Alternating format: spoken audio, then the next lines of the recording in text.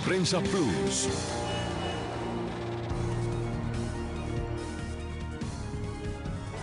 ¿Volvió el temor a Estados Unidos? ¿Disminuye la crisis política en Venezuela? ¿Pasa Cristina Fernández por su peor momento en Argentina? Ricardo Hausmann, un experto de Harvard, dice para dónde va la economía. Y Mauricio Cárdenas, ministro de Hacienda de Colombia, explica la posición de América Latina frente a la economía norteamericana. Comienza Club de Prensa Plus desde Washington.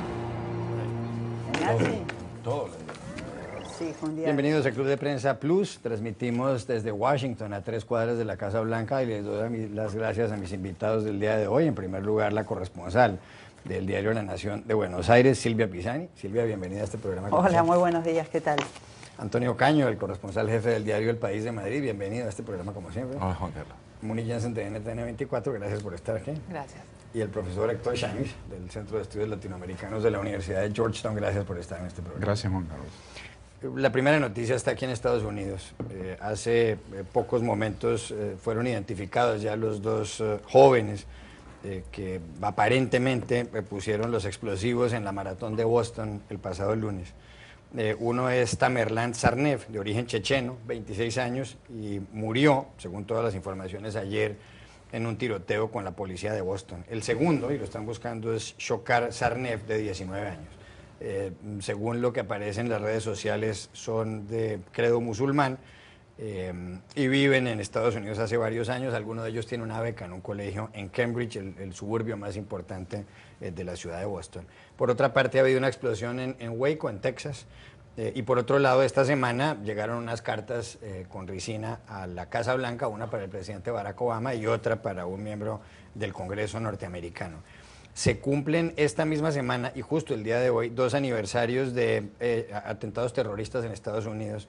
Uno tuvo lugar en Oklahoma, la ciudad de Oklahoma, una bomba que puso Timothy McVeigh, y otro fue también precisamente lo que ocurrió en Waco, en Texas, cuando las fuerzas del orden tuvieron que tomarse un lugar donde había unos miembros de una secta. Toda esta radiografía es para preguntar, ¿regresó el miedo a Estados Unidos después del 11 de septiembre con todo lo que está pasando, Silvia?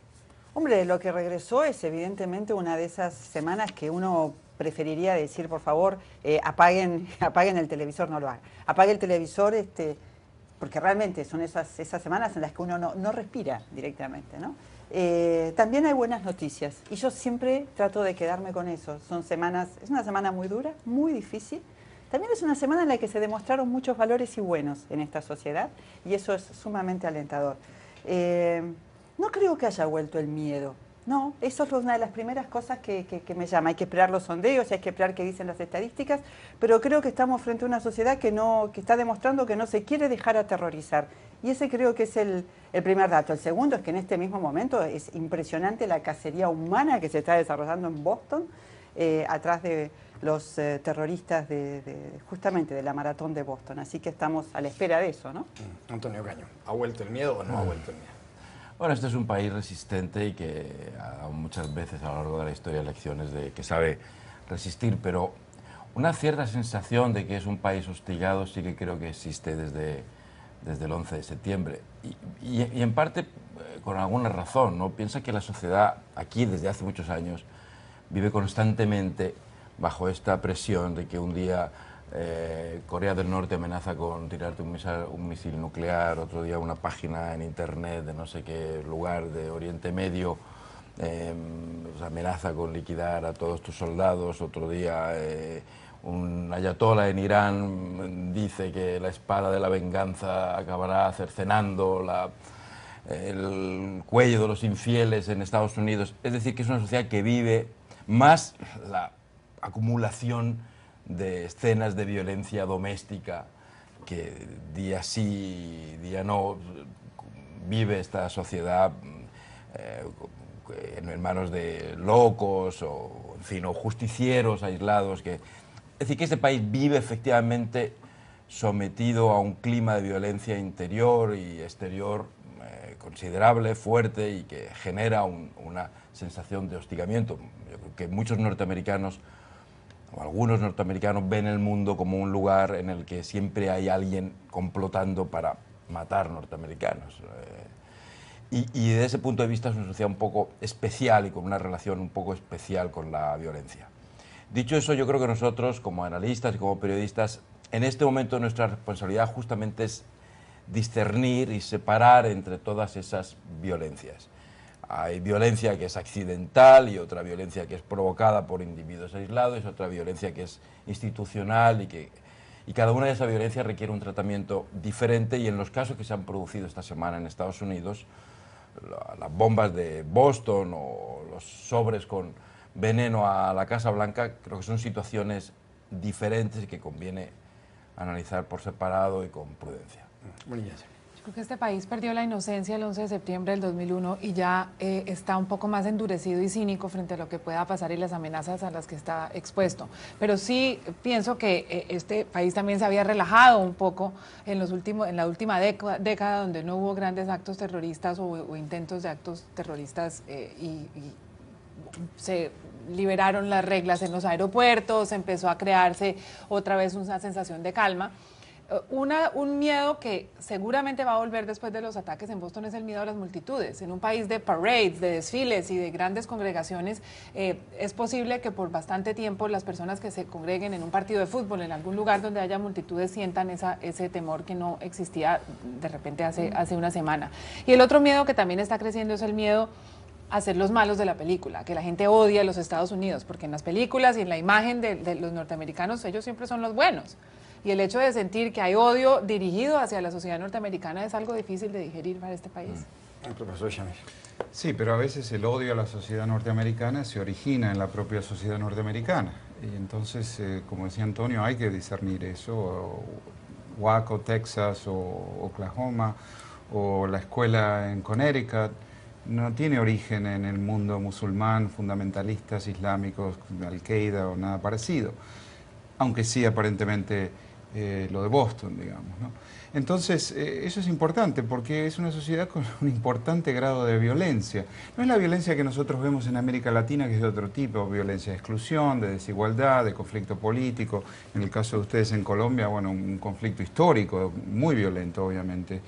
Pero es otro tipo de violencia que no obstante se hace muy presente y que no obstante marca a esta sociedad en su ADN, en su tejido social. Y que, bueno, para un gobierno que dice saquemos las armas de la calle que los norteamericanos tienen, y no lo puede hacer, por aspectos culturales, por aspectos normativos, por la Constitución que le permite a los ciudadanos portar armas, y entonces eso coayuda, se suma uno al otro a un clima de violencia y de miedo, como hablábamos, que por el otro lado, cuando pasa una semana como esta, uno termina anestesiado, porque también cuando uno se satura de algo, termina anestesiándose, y uno termina diciendo, y bueno, no tengo control, entonces hay que seguir viviendo la vida, y si me pasa, ¿qué voy a hacer? También se me puede caer un balcón en la calle en la cabeza, como sucede a veces en Buenos Aires, ¿y qué puedo hacer ante eso? Y esto es lo mismo, lo accidental de esto es parte y hay que seguir viviendo. Yo quería preguntarles algo referente a las consecuencias de estos atentados, de esta ola de terror que ha habido. Está en todas las primeras páginas de los periódicos, pero es que el proyecto estrella del presidente Barack Obama en su última campaña presidencial era el de la reforma migratoria. Y la idea es darles papeles a 11 millones de indocumentados en este país, en su mayoría de origen mexicano y de origen de latinoamericano. Este tipo de acontecimientos como el de Boston y el hecho de que hayan sido 2 extranjeros, aunque no latinoamericanos, los presuntos responsables, podrá llegar a limitar la reforma migratoria y a torpedearla, porque uno pensaría que la reacción normal de un estadounidense es ¿por qué les vamos a dar papeles a unos señores del exterior que vienen aquí a atacarnos? ¿No será que todo esto va a acabar perjudicando la reforma migratoria? Ya hay tentaciones de eso. Creo que esto es algo parecido, extrapolando, es como parecido cuando ocurre después de un crimen espantoso, que uno hace un sondeo e inmediatamente la gente pide pena de muerte. O sea, hay como una exacerbación de los ánimos. Hay tentaciones de que esto afecte, y yo creo que una prueba de hasta qué punto se aterroriza o no la sociedad es su capacidad para digerir lo que está ocurriendo y no permitir que afecte el normal debate de las cosas pendientes, no dejar que la emoción que es comprensible, se cuela en la racionalidad de los análisis, creo que es eso. Antonio Caño. Sí, yo creo que desde luego existe ese peligro.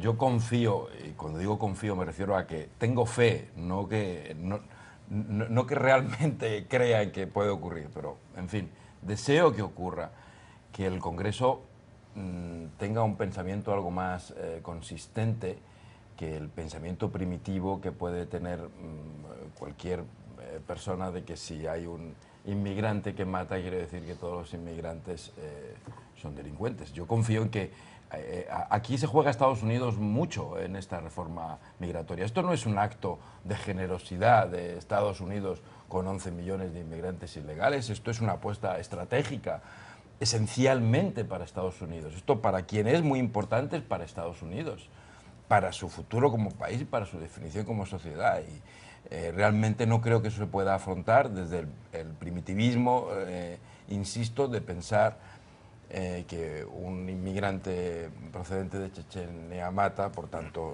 vamos a suspender la reforma, ¿no? Es posible que lo que haga sea alimentar los argumentos en contra de la reforma para quienes ya tienen una oposición fuerte y les da una excusa o un punto de discurso más fuerte. La ola que tiene a favor en la reforma migratoria es grande. Lo que sí es un peligro es pragmática, es una cuestión más práctica, y es que la atención de la agenda legislativa se distraiga y no alcance a pasar el proyecto de reforma migratoria porque haya otros temas como de interés inmediato que se pongan adelante, porque realmente lo que es la reforma migratoria en el Congreso es una carrera contra el reloj. Yo creo que el gobierno, el presidente Obama va a continuar empujando esto, porque además no tiene reelección. Y además lo que está en juego para él es su legado histórico y esto forma parte de su legado histórico y tiene que ver con cambios normativos además de la sociedad. Yo creo que además ambos partidos, por unos días puede suceder o por unas semanas puede suceder que esto desacelere el ritmo de esta reforma, pero a la larga va a continuar, porque además el Partido Republicano también tiene intereses en esta reforma y el principal candidato hoy a un futuro liderazgo en el Partido Republicano es Marco Rubio, para quien esta reforma es central en su proyección como líder del partido. Quiero seguir con Antonio Caño. Hay noticias sobre Venezuela. Anoche hubo, muy tarde, casi a la madrugada de hoy, una cumbre de los presidentes de UNASUR en Lima. Y en esa cumbre decidieron los jefes de Estado apoyar a Nicolás Maduro, saludar el resultado de las elecciones del domingo pasado en Venezuela, tras el cual resultó él como vencedor y derrotó a Enrique Capriles. Pero por otro lado, la otra noticia es que, aparte de la posesión de Maduro, que la presidenta del Consejo Nacional Electoral, Tibisay Lucena, dijo que piensa auditar, palabra que además se usa en cuestiones económicas, no en estos casos, el 46% de las urnas de las elecciones del domingo. Y a Enrique Capriles, el candidato vencedor, que estaba pidiendo un nuevo conteo de los votos, esto le parece bien. ¿Será que la crisis institucional venezolana se va a reducir, se va a suavizar con estos últimos acontecimientos? Y por otro lado, ¿está bien que los presidentes de UNASUR hayan apoyado a Maduro? Bueno, a mí esa cumbre me ha parecido insólita en su origen. ¿Por qué se genera esa cumbre? En su horario, desde luego, esta cosa de cumbre de madrugada es realmente absurdo.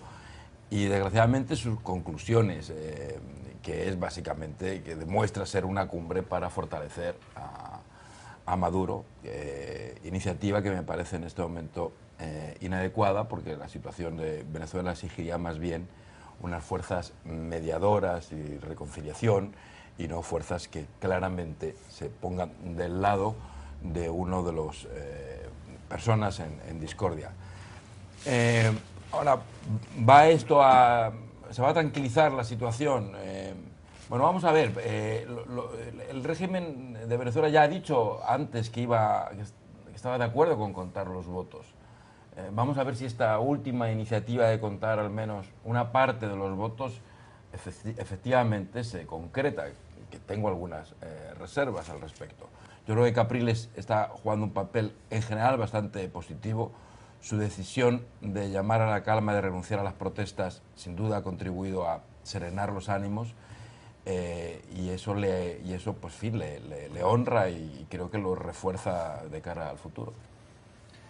Yo creo que es una ficción lo del conteo de los votos. El Consejo Electoral no tiene independencia del Ejecutivo en Venezuela, por diseño institucional. En segundo lugar, el conteo de los votos demorará tiempo. ¿Quién va a ser el presidente? Maduro. Y si los votos son distintos, entonces Maduro renuncia y entra Capriles. No, es impensable, es ficción.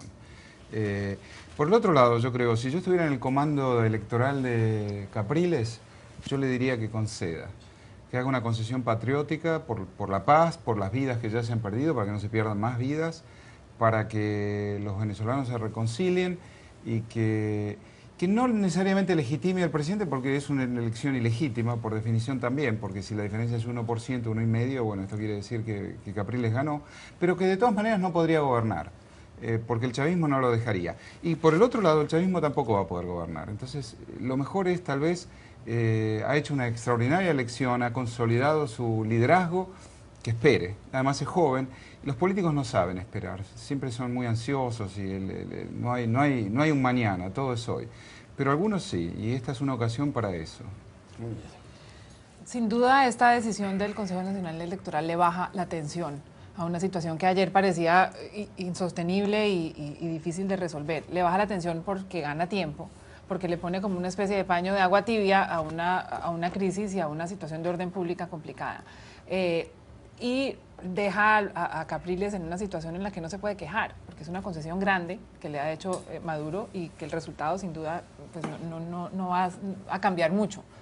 Con respecto a UNASUR, pienso que la motivación de cada uno de los países ha sido una motivación individual por encima de una intención democrática. Cada país fue allí con su propia agenda, ya sea sacar adelante un proceso de paz o buscar un mercado para sus productos o buscar un intercambio petrolero, pero no los une nada distinto que una sumatoria de intereses individuales. Silvia Pisani, se abre un proceso, un capítulo complejo en Venezuela. Nadie tiene la menor duda de que Maduro va a ser el presidente, diga lo que diga el conteo, esto ya es así, el conteo se concede. Va a ser un proceso muy complejo en donde ojalá, esto ya no queda más que voluntarismo, se pueda realmente incorporar y dejar de excluir a la sociedad. La sociedad empezó siendo polarizada y dividida por el chavismo y en este momento está enfrentada, o sea que ya es un grado más. Ojalá que esas fuerzas puedan serenarse y andar el futuro, ¿no? Antonio, ¿cómo podrá gobernar Maduro cuando tiene una situación económica tan grave? Hay apagones en varias ciudades, la inflación para este año se prevé en un 30% por una parte, y por otro lado, dentro del chavismo hay divisiones y ya se nota claramente una grieta entre Maduro y Diosdado Caballo, el presidente de la Asamblea Nacional.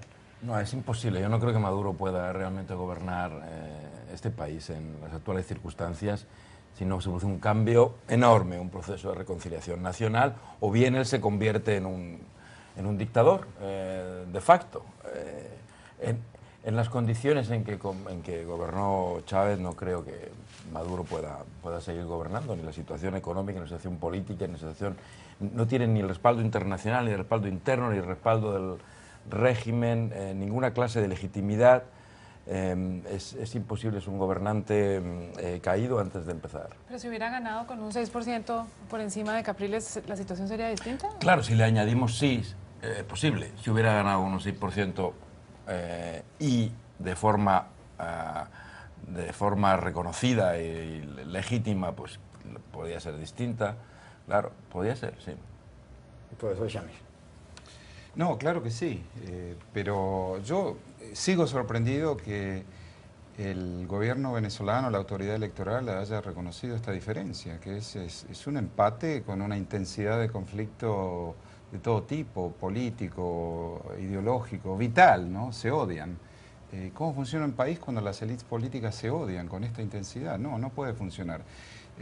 Esto es Argentina hace 40, 50 años, digamos, una sociedad dividida en dos mitades, incapaz de acordar nada, incapaz de entonces avanzar. Ahora, la pregunta es si lo que está, así como que hubiese pasado con un 6% más. Yo lo que creo también es que directamente el heredero de este proyecto que ya venía decayendo es el que está...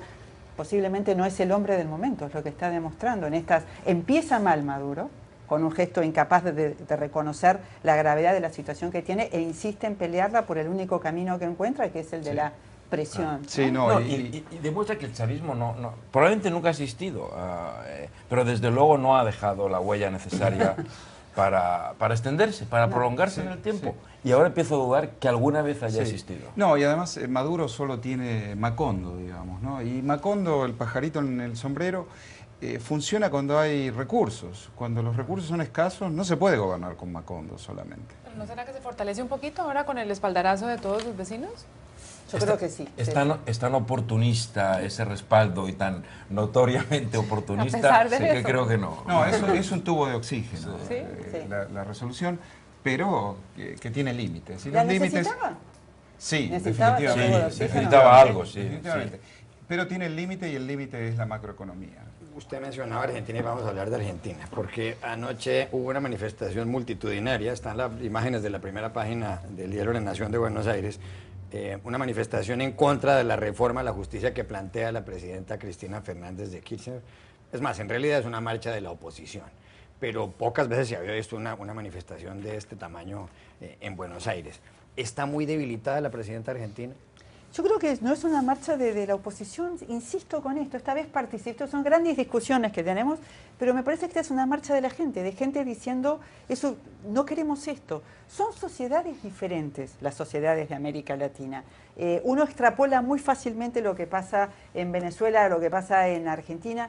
Son sociedades distintas. La sociedad argentina es una sociedad que no se cansa y se irrita frente a los atropellos, reacciona. Tarde, para algunos tarde, para otros demasiado pronto, es una cuestión de tiempos, pero tarde o temprano reacciona. El gobierno kirchnerista está haciendo una deriva cada vez más fuerte hacia un autoritarismo y un acopamiento de las instituciones y está molestando. Ayer uno veía a la gente hablando y había gente que protestaba por la justicia, gente que protestaba por lo básico, por la inflación. Decían, pero no soporto que me mientan, que la estadística diga que la inflación es del 10%, cuando a mí vivir me cuesta el 25% más que hace 4 meses. O sea, la gente lo percibe, lo ve y se cansa y pide ser escuchada. Lo que me parece que no está ocurriendo es que no está siendo escuchada, no está siendo registrada. ¿Está de acuerdo? Sí, estoy de acuerdo. Creo que es más, la oposición tiene un espacio más importante en este nuevo escenario desde ayer que el que tenía antes, en eso un poquito disiento. Creo que eso es positivo, porque si la gente está contra el gobierno y no hay alternativa, ¿a dónde va? Por el otro lado, un dato positivo de todo esto es que con el asalto a la justicia y con el asalto a las libertades básicas de este gobierno, Cristina Kirchner ha transformado al país en un país de abogados constitucionalistas, que es extraordinario. O sea, esta es una sociedad que discute la estructura judicial, la independencia del Poder Judicial, que discute derecho constitucional. Las cámaras iban por la calle ayer y el argentino común explicando cómo funciona un Estado constitucional y la tradición de separación de poderes y qué quiere decir esto y los derechos ciudadanos. Es absolutamente extraordinaria la educación que esta presidenta le ha provisto a la sociedad. Yo en ese sentido haría un llamado, por favor, al pobre Moreno, el presidente del BID, que ayer envió un tuit alegrándose porque por primera vez en la historia en Brasil había más ingenieros que abogados. Bueno, Argentina va por acá. Díganle a Moreno. Bueno, antes éramos todos psicólogos, pero ahora somos todos abogados. Antonio Caño. No, mi preocupación, más bien mi duda, es si este movimiento de las cacerolas, primero si esta manifestación de las cacerolas, ¿creen ustedes que se puede convertir en movimiento? Que da la impresión de que sí, ha sido la mayor manifestación, no contra Cristina Fernández, sino contra los Kirchner, desde que está en el poder, ¿no? Pero tengo la duda de si no se parece algo a Ocupa Wall Street, es más bien de esas características. No sé qué canalización política tiene este movimiento de protesta y esto puede beneficiar a Cristina Fernández. No sé hacia dónde puede conducir políticamente. ¿Fortalece a la oposición? Decías, ¿a qué oposición? ¿A qué sector de la oposición? ¿Quién puede realmente dar voz a esta protesta? Que creo que lo más importante por ahora es reconocer que se ha producido, que el gobierno de Cristina Fernández ha sido contestado de una manera multitudinaria en las calles, que en sí mismo ya es un hecho muy relevante. Ya regresamos a Club de Prensa Plus.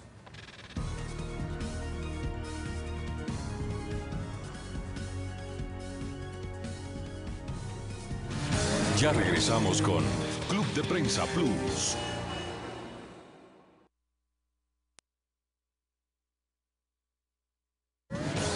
Continuamos con Club de Prensa Plus.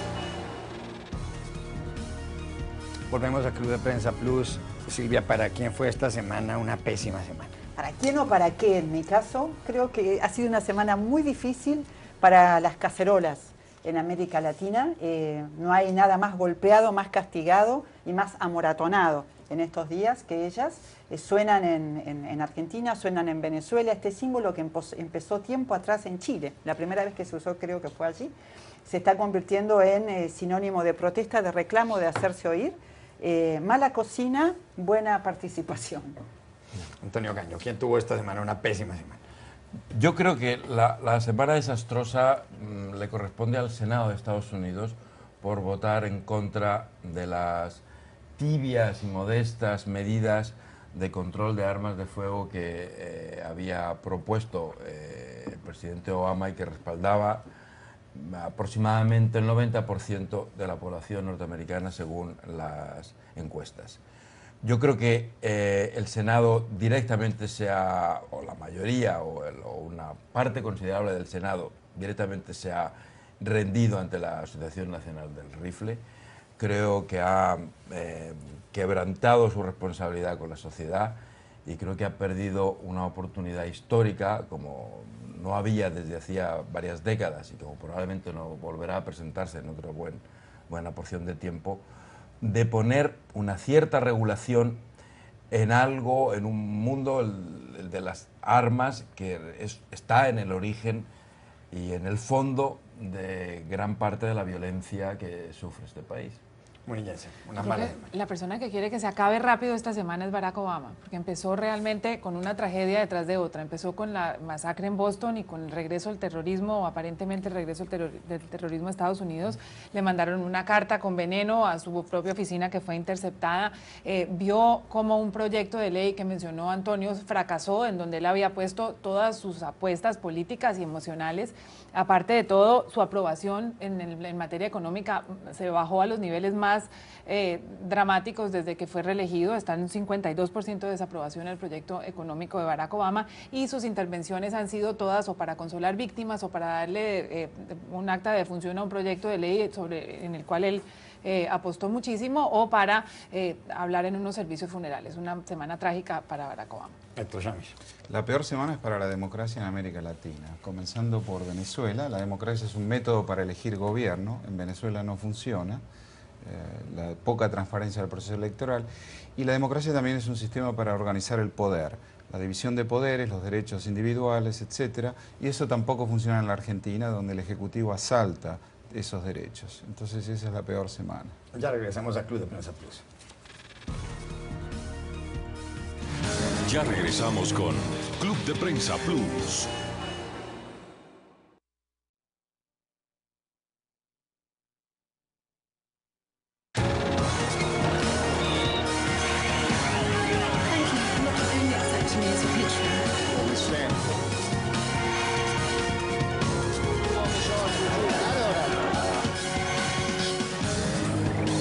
Club de Prensa con Juan Carlos Iragorri. ¿Fue el de Obama un discurso de unidad o más bien de enfrentamiento? Un ministro japonés le pide a los viejos que se mueran. ¿Qué efecto tendrá en el Medio Oriente otro triunfo de Netanyahu hoy en Israel? Y el impostor que engañó a Portugal haciéndose pasar por experto de la ONU. Comienza Club de Prensa desde Washington. Bienvenidos a Club de Prensa en NTN 24. Transmitimos desde Washington, a 3 cuadras de la Casa Blanca. Les doy las gracias a mis invitados del día de hoy. En primer lugar, Ana Barón, corresponsal de Clarín de Buenos Aires. Bienvenida a este programa. Muchas gracias. Álvaro Vargas Llosa, escritor y periodista peruano. Bienvenido, como siempre. Juan Carlos.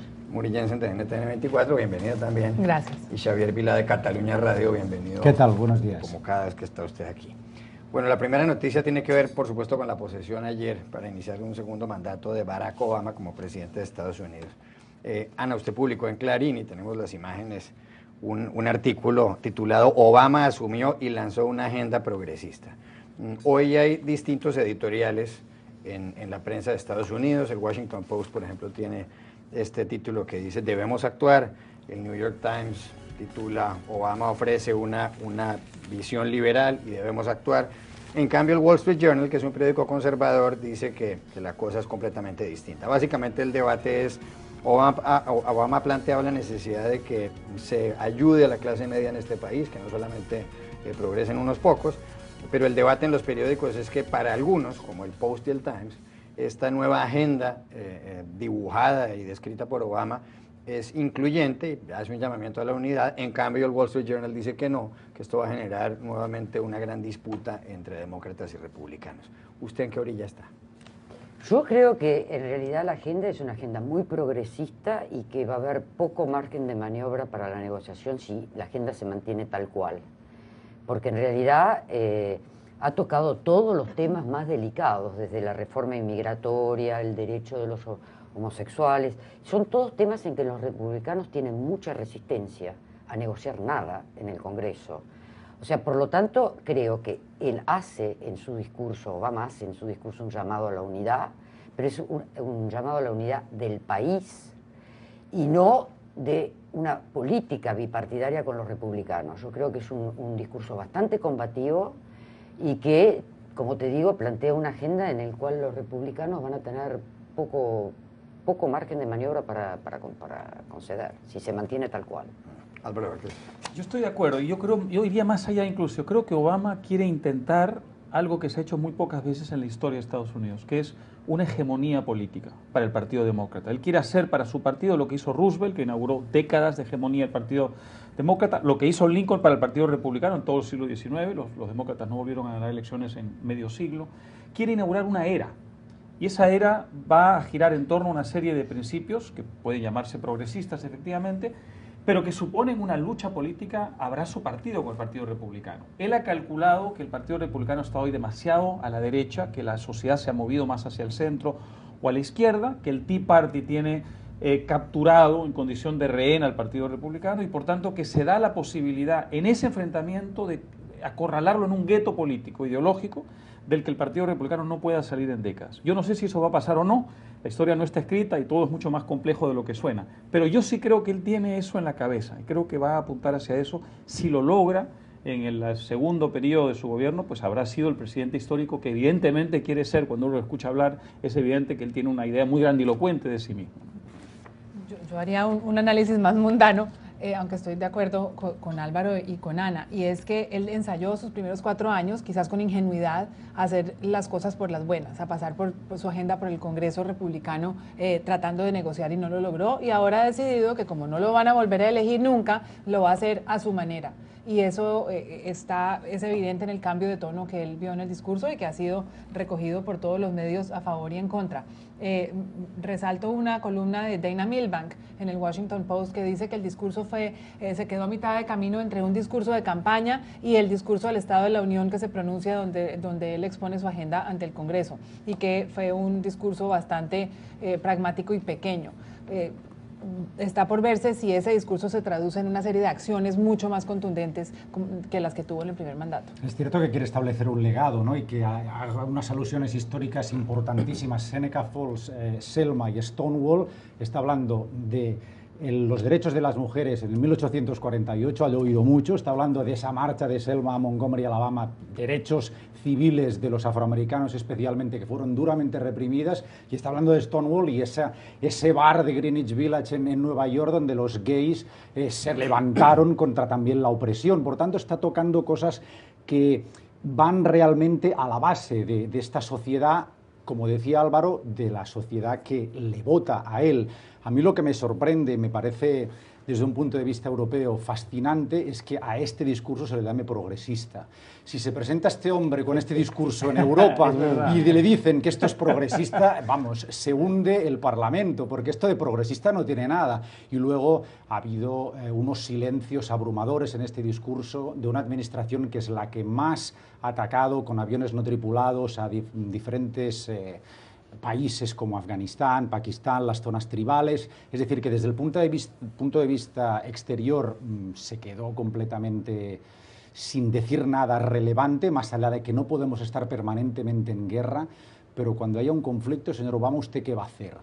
A lo mejor el día 12 de febrero, en el discurso del Estado de la Unión, nos da alguna pista, pero insisto, que llamen a esto progresista o liberal. No, pero ya entiendo que estamos en Estados Unidos. Yo creo que claro, para Estados Unidos esto es progresista. Es lo que llaman progressive age, ¿no? Sí, claro, llaman liberal en realidad, pero liberal en nuestros países por lo menos es de derecha. Significa lo contrario. Pero creo que realmente lo que ha hecho, que a mí me parece más interesante de todos, es que ha tomado la Constitución y la Declaración de la Independencia como base para justificar esta agenda. Cuando en general los que toman la Constitución y la Declaración de la Independencia son los republicanos y el Tea Party. Yo lo escuchaba ayer a Obama cuando decía "We the people" y me acordaba de esas manifestaciones que había frente al Capitolio con el Tea Party, de ellos disfrazados con uniformes de la guerra civil, con carteles que decían "We the people", con una agenda totalmente conservadora. Si vos comparás la agenda del Tea Party o del Partido Republicano que han venido tratando de defender, la de Obama es revolucionaria.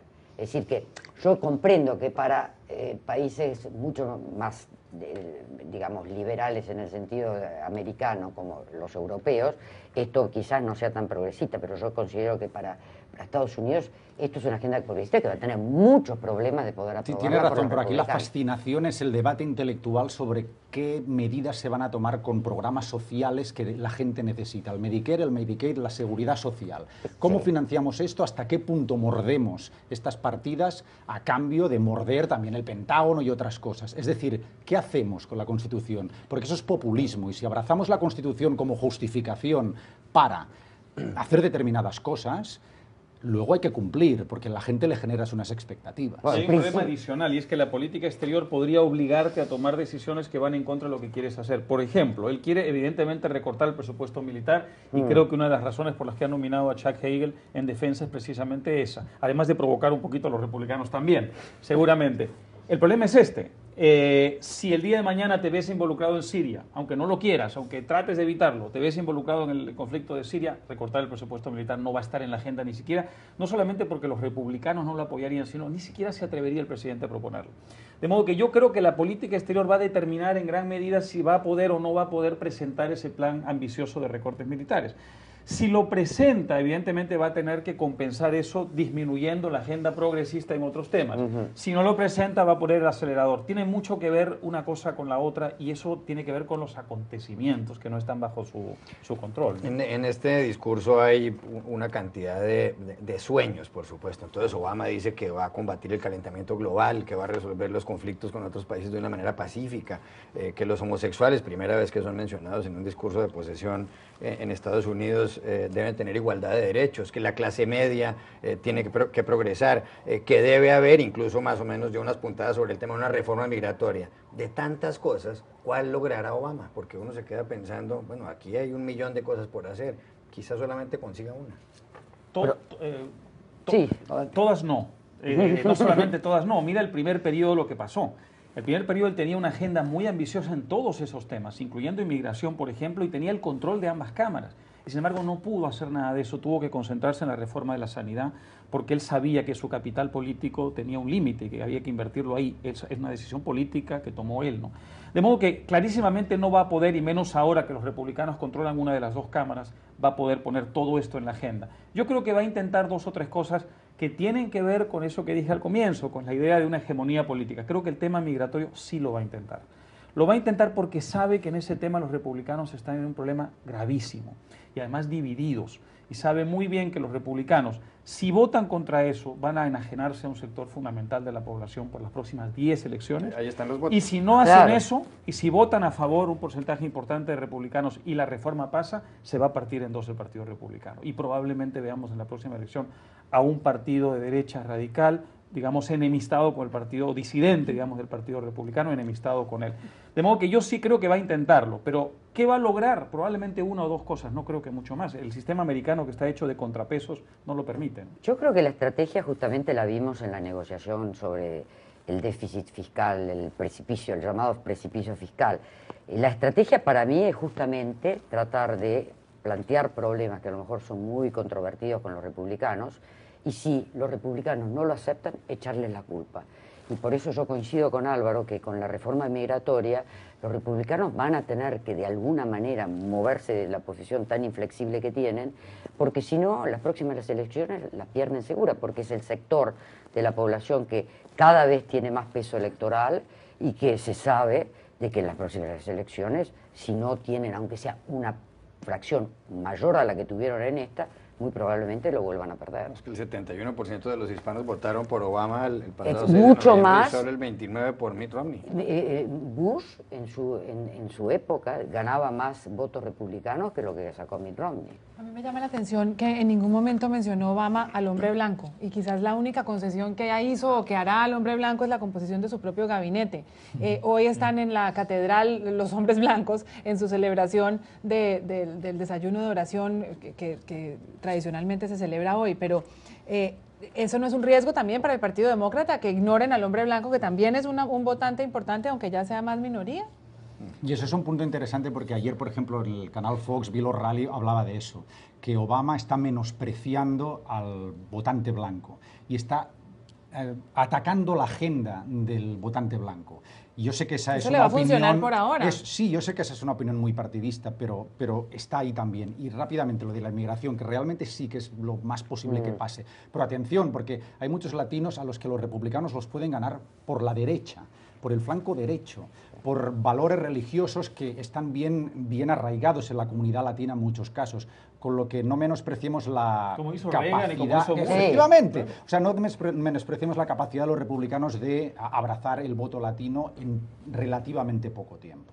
Otro asunto del que me preguntaba Álvaro Vargas Llosa antes de entrar acá tiene que ver, y por supuesto estamos cambiando radicalmente de tema, pero dentro de la posición, con la nueva imagen de Michelle Obama, con lo que se llama el nuevo look de Michelle Obama. Ahora tiene el pelo liso y ayer salió con un traje más oscuro que el de hace 4 años, un abrigo de Tom Brown y con una ropa de Jimmy Choo, y por la noche tuvo un traje rojo. ¿Les gusta más esta Michelle Obama ahora con pelo liso o le gustaba a usted más la anterior? Definitivamente los cambios son siempre buenos, y en este caso yo creo que la verdad que Michelle tuvo coraje en hacerlo, sobre todo en un día tan especial donde todo el mundo iba a estar mirando y cómo estaba peinada y cómo estaba vestida, y creo que da la imagen de algo nuevo, que inclusive desde el punto de vista político le conviene a Obama.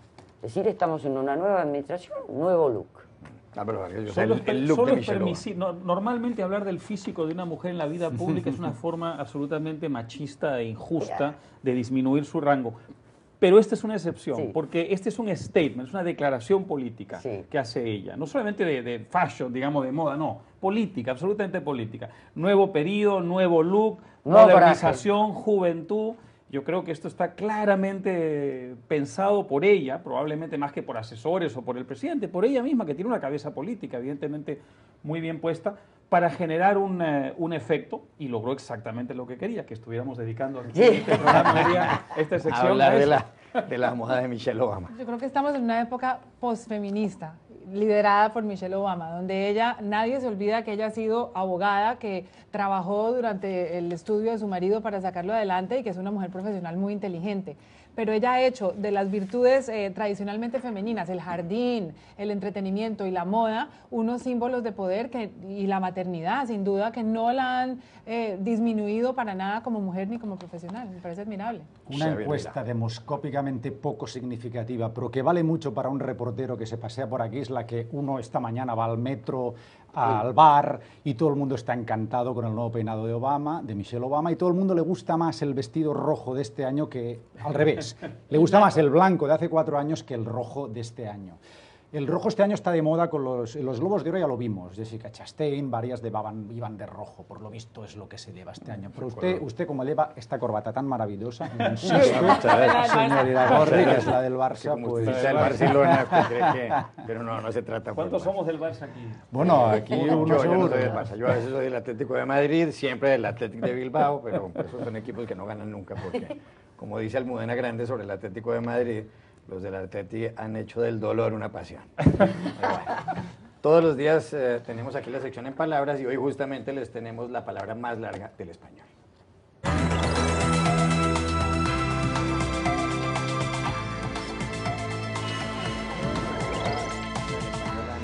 Electroencefalografista. No me pida que lo repita. Electrocefalografista. Electroencefalografista. Pero Vargas Llosa. ¿Cuántas tiene? ¿Cuántas letras? 23 letras. 23 letras, impresionante. ¿Eh? 23 letras. Yo pensé que era esternocleidomastoideo, pero tiene 22. Sus habilidades para pronunciar todo, son envidiables, bien acuerdo. Y la más larga de la historia es una de griego antiguo de Aristófanes, el comediógrafo, lo trae en un artículo hoy el ABC que tiene 182 palabras. 182 letras. A ver, pronuncia. Bueno, eso hay que estudiárselo de memoria. Xavier Vila. Yo creí que la más larga era la corrupción política en España no cesa, gobierne quien gobierne, pero veo que no, que hay otra. Así que fíjese, gracias por sacarme de mis dudas existenciales. Menos grave. Ya volvemos a Club de Prensa. Ya regresamos con Club de Prensa.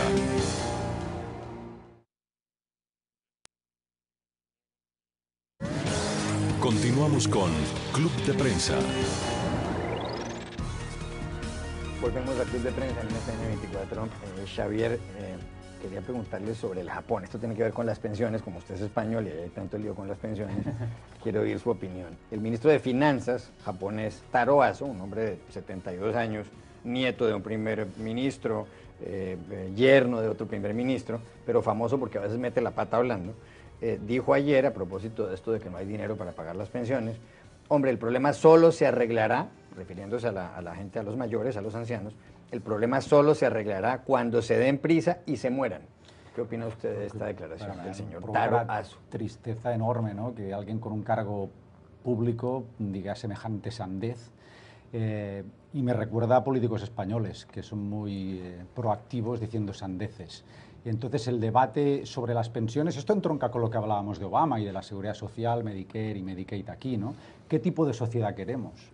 Es decir, ¿estamos dispuestos todos a pagar un poco más, a arrimar el hombro para tener una sociedad más justa, en lo que yo sí que considero que es un debate liberal, que es lo que decíamos allí, progresista, para que todo el mundo esté bien? ¿Nos fijamos en los países, en las democracias del norte de Europa, donde la gente paga una barbaridad de impuestos, pero la calidad de vida es muy grande, o preferimos otro sistema que nos lleve a estas burradas, perdónenme la expresión? Pues miren, me entristece y soy de la opinión personal, esto es a título completamente personal, que prefiero pagar más y que haya detrás un sistema que cuando caigo enfermo me ayude a recuperarme y no como aquí, que estoy tocando madera cada vez para no estornudar porque me va a costar un dineral el médico. Me recordaba antes de entrar al estudio nuestra productora Elsa la película La balada de Narayama, que ganó muchos premios sobre justamente las familias japonesas de hace varios siglos, que cuando los abuelos envejecían y se les empezaban a caer los dientes, los llevaban a la montaña a enterrarlos o a dejarlos ahí abandonados porque eran muy costosos. O sea, no parece ser una práctica nueva. Por otro lado, afortunadamente el que dice esto es el ministro de Finanzas y no el de Salud. Yo creo que, es decir, ha dicho una colosal torpeza, pero ha tocado, probablemente sin darse cuenta, un tema muy real, y es estos sistemas de bienestar fueron creados en una era que ya no es la que existe, es decir, sistemas en los que contribuía mucha gente y cobraba un poco de gente, por tanto el sistema estaba financiado. Se ha desfinanciado no solo en Japón, en toda Europa se ha desfinanciado y aquí también se está empezando a desfinanciar.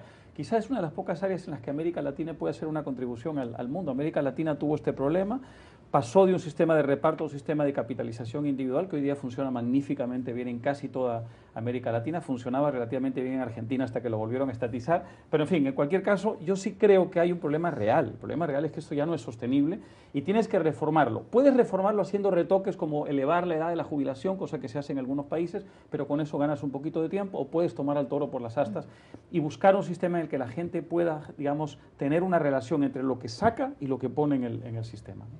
Yo creo que hay dos aspectos a eso. Uno, que es el tema económico, al cual se refería recién Álvaro, pero también está el problema ético.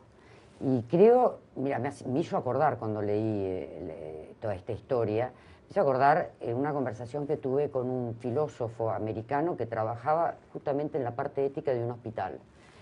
Y él me decía que los problemas éticos de este hospital en particular era fundamentalmente cuándo dejar morir a alguien. Y que la tecnología era tal que evidentemente se podía prolongar la vida indefinidamente, pero que a veces las familias querían terminar la vida, otras veces no, y su trabajo era juntar a los médicos, a la familia y ayudarlos a determinar qué era lo mejor para el paciente y qué era lo mejor para todos. Y te digo que los cuentos que contó eran impresionantes, porque había posibilidades, te digo, de alargar la vida 30 años y todo esto a un costo enorme. La mujer del paciente se oponía, los hijos querían que siguiera viviendo.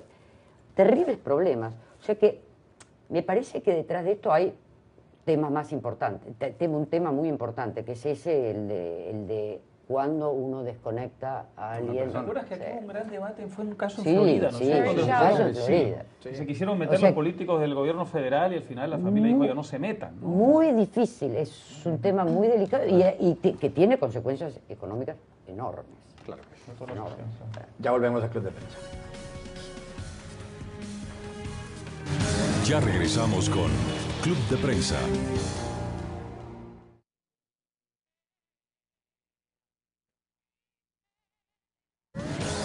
Continuamos con Club de Prensa. Volvemos a Club de Prensa en NTN 24. Ana, esta historia es increíble, ¿no? Artur Baptista da Silva, un hombre de 61 años, y la historia la trae de la página web de BBC Mundo, estuvo en todos los medios de comunicación en Portugal, era supuestamente un gran experto de Naciones Unidas en cuestiones económicas, sugirió medidas que el gobierno debía tomar para preservar la austeridad y que se mejorara la economía en Portugal. Incluso sus entrevistas aparecieron en el Chicago Tribune y en la agencia Reuters. Después algún día a algún periodista se le ocurrió llamar a la ONU a preguntar por el señor y resulta que el señor es un impostor, tiene varias condenas por falsificación de documentos, ha estado en la cárcel, desastre total. Y ahora lo extrañan en los medios de comunicación porque no hay a quien entrevistar. No, pero hay una cosa, a mí me parece una historia increíble, además bastante maravillosa, porque ¿cómo puede ser que nadie se le haya ocurrido investigar si este señor se hizo tan famoso? ¿De dónde venía? Es decir, de la ONU. Sí, bueno, él decía, pero viste, a ver, yo supongo que debe haber representantes inclusive de la ONU en Portugal, viste, en Lisboa. Bueno, pero sí, aparentemente era súper popular y ahora que se descubrió y desapareció, la gente lo extraña, que vuelva a darnos consejos, porque aparentemente los consejos eran muy populares. Yo creo que a menos que vaya a la cárcel por los próximos 20 años va a salir ganando de todas maneras, porque al final logró la publicidad, ya tiene un libro seguramente contratado, probablemente una película, o sea que así no se puede perder, a menos que por fraude, claro, termine preso el resto de su vida, pero si no, yo creo que ganó. Tienen toda la razón. Estaba viendo justo que Frank Abagnale, el real personaje de la película de Leonardo DiCaprio, Catch Me If You Can, está dando una conferencia al lado de DiCaprio pronto para promocionar un filme. Pero los medios nadie contrastan, y a mí me parece increíble que alguien lo lleve a una mesa y que nadie contraste quién es este tipo. Luego dijo verdades como templos, con lo que un brindis por este señor, que es un fraude. No, genial. De economía sabe en todo caso. Gracias a todos ustedes y a ustedes los espero mañana nuevamente en Club de Prensa.